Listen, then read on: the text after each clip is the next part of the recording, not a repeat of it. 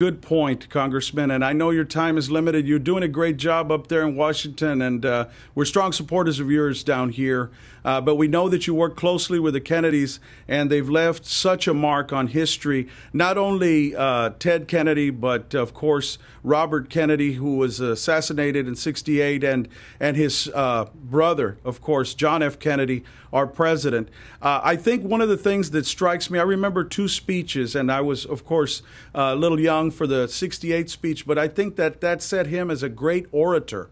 And in 1980, when he was thinking about running for president against Carter, and he was such a great man, such a great person that could reach and touch people. And then it all came back home when he endorsed Barack Obama along with Caroline, along with Joseph, along with the Kennedy family. And those words before, in February of 2008, when he said those words, it just brought it all home. And many people compare Barack Obama to Ted Kennedy and his brother John F. Kennedy.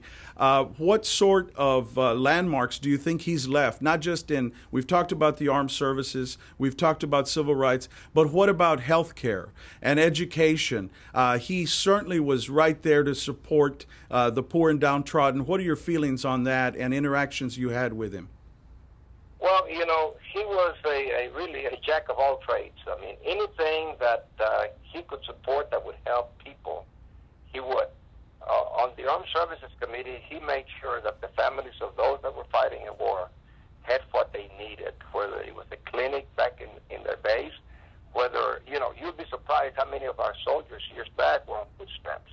Yes. And he made sure that we gave them supplemental pay so that their children and their families didn't have to be on food stamps.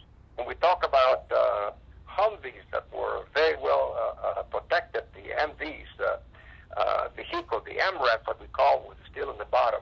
He fought for that. He fought for that they get the right ammunition, the right equipment.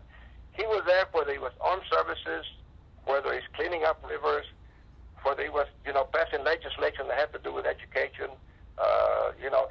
He was there. He was always supportive.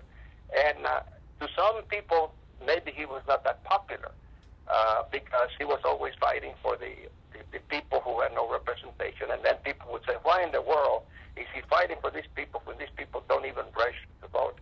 So some of the things that he did, Mr. Flores, to some people was not popular because, people are always looking for people that will vote. Well, I'll do this because I know that this segment of the community will come out and vote for me.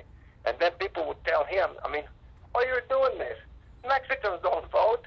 They don't register. They don't go to the polls. But he says, it's not what they don't do, it's how they suffer. And I want to be in a position to help those people to understand that America is the land of opportunity and we should be a humanitarian country. Well, Congressman, I want to thank you so much from the bottom of our hearts here at KTMV and the Lopez family for you taking the time out of your busy schedule to honor such a great man as Ted Kennedy. He will be greatly missed, not only here in America, but I think worldwide. Israel embraced him as a countryman. The Queen of England gave him a knighthood. He was a worldwide phenomenon. Many people admired him. And if you had to sum it up, what would be the way you felt about him and how he will be missed in Washington, D.C. and around the world? Well, the way I see it, not only then but now, was that you wanted Ted Kennedy to be on your side. Even if you felt that you had a losing battle, because he was tough enough, smart enough that he could always reach the other side of the aisle. He was very forceful, very stern, but very diplomatic and very passionate. Many instances we thought that we couldn't get a deal through because the opposition was very strong coming from the Republican side, but he was able to reach across the aisle and he was able to get a compromise. This was the type of guy he was. He was respected. He knew his politics and he knew how to work around it. And we're going to miss this roaring lion. He's going to be sorely missed in the Senate, but his memory is with us, and we just have to continue to remember him and to do what he did for a lot of us.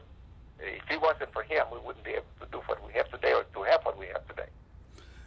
Congressman, I want to thank you for taking the time to be with us here, and I want to also thank you for those wonderful words, and we will also be commemorating his memory and sending this interview to his family. So I'm glad you're here, that you got to share this commemoration of such a great man. Thank you for your time.